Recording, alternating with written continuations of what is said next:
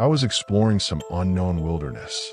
Everyone in town had woods behind their houses, so it never felt strange. Kids rode bikes along the dirt trails, and people sometimes walked their dogs back there. But there was a deeper part of the forest that nobody really went into. The trees got thicker, the ground turned muddy, and the sunlight barely reached the floor. My dad always told me one thing: stay where the trails are. At the time, I thought he was just being overprotective. About 3 years ago, something happened that made me understand why. It was late October. The air had that cold, wet smell that comes before winter. I was 22 and still living with my parents while finishing college. That night, I was sitting in my room editing a video when rangers suddenly started barking like crazy downstairs. Not normal barking, the kind where a dog sounds angry and scared at the same time. I went downstairs and saw him standing at the sliding glass door that faced the woods. His ears were up, his body stiff, staring straight into the darkness. "What's wrong, boy?" I said. He kept growling. I looked outside but couldn't see much. Our backyard light only covered a small patch of grass before the woods swallowed everything in shadows. Then Ranger started whining. That was the part that felt wrong. Ranger was a big German Shepherd. He didn't whine at things. I stepped onto the deck and listened. At first I heard nothing. Then I heard it. Footsteps. Slow, heavy steps moving through leaves somewhere in the woods behind the house. Crunch, crunch, crunch. I assumed it was a deer. We had them around all the time. But deer don't stop when you step outside. These footsteps stopped the exact second the deck door slid open. The forest went silent. I stood there for maybe 30 seconds, staring into the dark trees. My eyes adjusted slowly, and I started to make out the shapes of branches and trunks. Then I saw something that made my stomach tighten. A figure. Someone was standing about 40 feet into the woods. At first, I thought it might be a neighbor cutting through the forest. But the way the person was standing felt wrong. Completely still. Not shifting weight. Not moving. Just watching. "Hello," I called. No answer. The figure didn't move. Ranger was now barking violently behind me. "Hey," I yelled louder. That's when the person slowly stepped behind a tree and disappeared. Not walking away, just one slow step back until they were gone. I went inside and locked the door. I told myself it was just someone walking through the woods.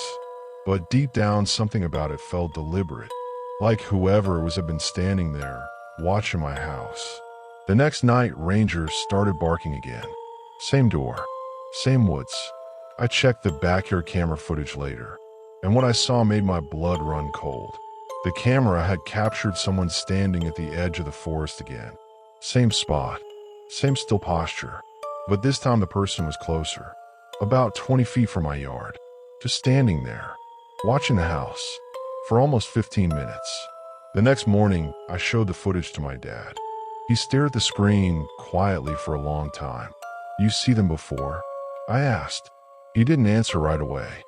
Finally, he said no, but his tone didn't sound convincing. We decided to install another camera facing deeper into the woods. My dad said it was probably just someone messing around, maybe a drunk neighbor or a hunter cutting through the forest. But the problem was, nobody in town hunted that close to houses. For the next 3 nights, nothing happened. No barking, no footsteps, no figure. I started convincing myself I had overreacted. Then on the 4th night, I woke up around 2:30 a.m. to Ranger growling again. Low, quiet, the kind of growl dogs make when they sense danger. I grabbed my phone and walked to the window that faced the backyard. The yard light was off, which was strange because we never turn it off at night. Then I saw movement near the tree line. Someone was standing there again, but this time they weren't still. They were slowly pacing back and forth along the edge of the woods, like they were waiting for something. My heart started pounding. I grabbed the remote and turned on the backyard light. The yard flooded with yellow light, and the person froze. For a moment I could see them clearly. It was a man, tall, maybe 6 feet, wearing dark clothes and what looked like a hoodie. But the thing that disturbed me the most was where he was looking. Not at the house, at my window. like he knew exactly where I was standing. I stepped back immediately. When I looked again, a few seconds later, he was gone. The next day, my dad checked the camera footage again. The new camera facing the woods had captured something terrifying. At around 1:50 a.m., the man walked out from deeper in the forest and stopped near a yard. But he wasn't alone. Another person stepped out from behind a tree a few seconds later. Then a third. 3 people had been standing in the woods behind our house, just watching. None of them ever entered the yard. They stayed just beyond the tree line for almost an hour, standing, moving slowly, sometimes disappearing behind trees. Then around 3 a.m., they walked back into the deeper forest together. We called the local police and showed them the footage. They searched the woods later that afternoon. About half a mile behind our house, they found something that made everything worse. A small campsite, 3 sleeping bags, empty food cans, and a pile of binoculars. Whoever those people were, they had been living in the woods behind our house, watching it. The police never found them. They disappeared before officers came back the next day. But the scariest part happened 2 nights later. Our backyard camera picked up movement again around midnight. Just one person this time, standing at the edge of the woods, looking directly at the house, and slowly raising a hand, like they were waving. We moved out 3 months later. The house was sold to another family. I still think about those woods sometimes, and I still wonder how long those people had been standing there at night, watching us, without us ever knowing.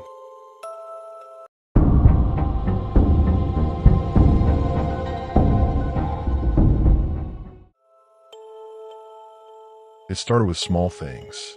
Around 11 or 12 at night, I would sometimes hear something moving out there. At first I assumed it was deer. That's common in this area. But the sounds felt heavier.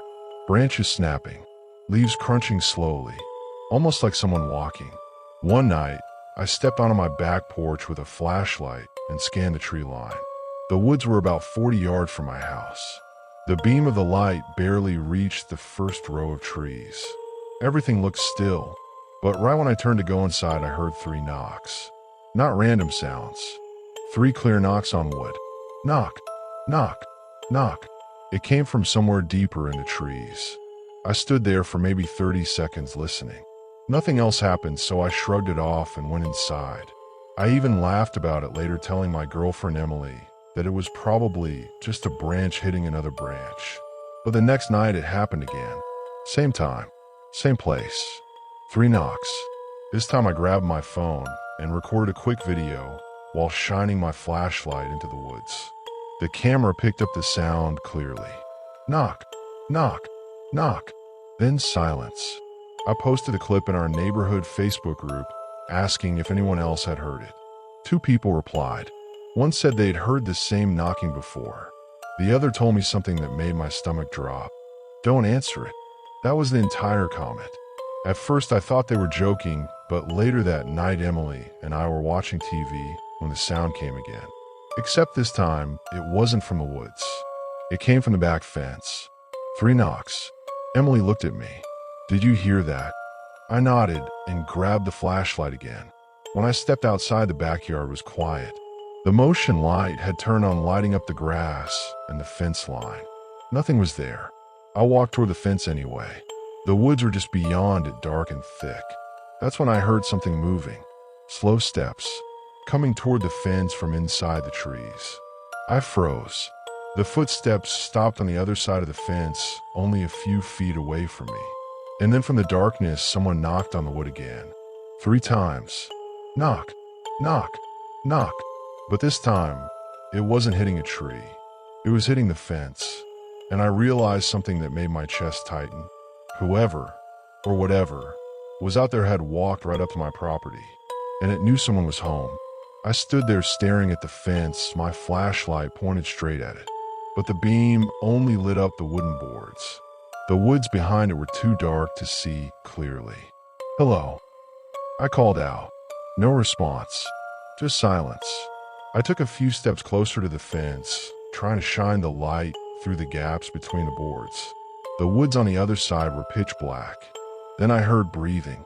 Slow, heavy, right on the other side. My stomach dropped instantly. "Who's there?" I said louder. Still nothing. Then the breathing stopped, and suddenly something scraped across the fence. Not like a person tapping, more like fingernails dragging slowly across the wood.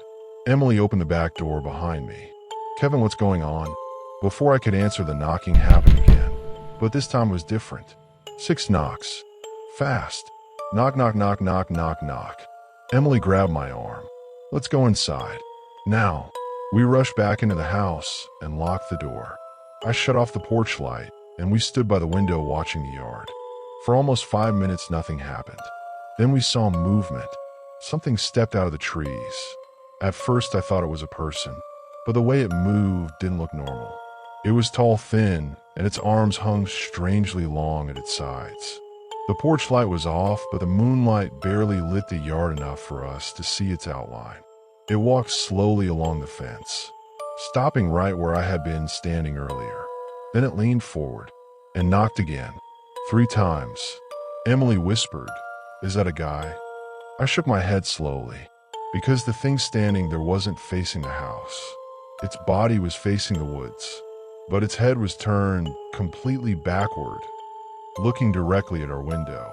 I felt my chest tighten. Then the thing smiled. I could see its teeth reflecting the moonlight, and suddenly it ran, not toward the woods, toward the house. Emily screamed, and I slammed the curtains shut. We ran upstairs and locked ourselves in the bedroom. I grabbed the phone and called the police, but by the time they arrived, 20 minutes later, the yard was empty. No footprints, no broken fence, nothing. But the officers did find something strange. 3 deep scratch marks carved into the wood of the fence, perfectly spaced apart, like something had dragged long fingers across it. That was 4 months ago. Emily refuses to come to my house anymore, and honestly, I don't blame her, because the knocking still happens. Not every night, but sometimes around midnight, from somewhere in the woods behind my house. I still hear it. Knock, knock, knock. And the worst part, last week I heard it from the side of the house instead of the woods, which means whatever is out there is getting closer